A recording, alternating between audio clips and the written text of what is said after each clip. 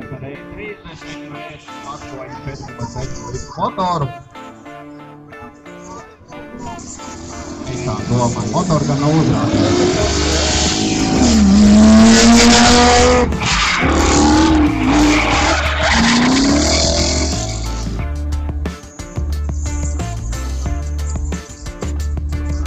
Tad vēl viens lūgums ir arī no tā betona paiet maliņā uz viņa noteikti nestāvēt. Jo, nepaspēsiet palikt malā, ja nedod Dievs kaut kas notiks. Tā kā esam lūdzu, toreiz to notāpīt un paiet mazliet maliņā. Mēs prasā Jānis Brālīts ar E30.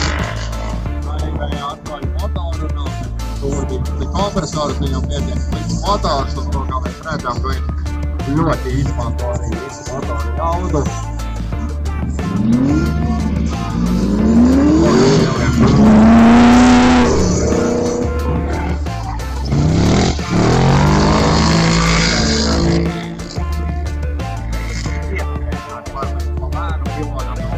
Otru pusi. Cerams, ka tu sapratīs, kas un kā ir jādara, jo šitā nepareiz.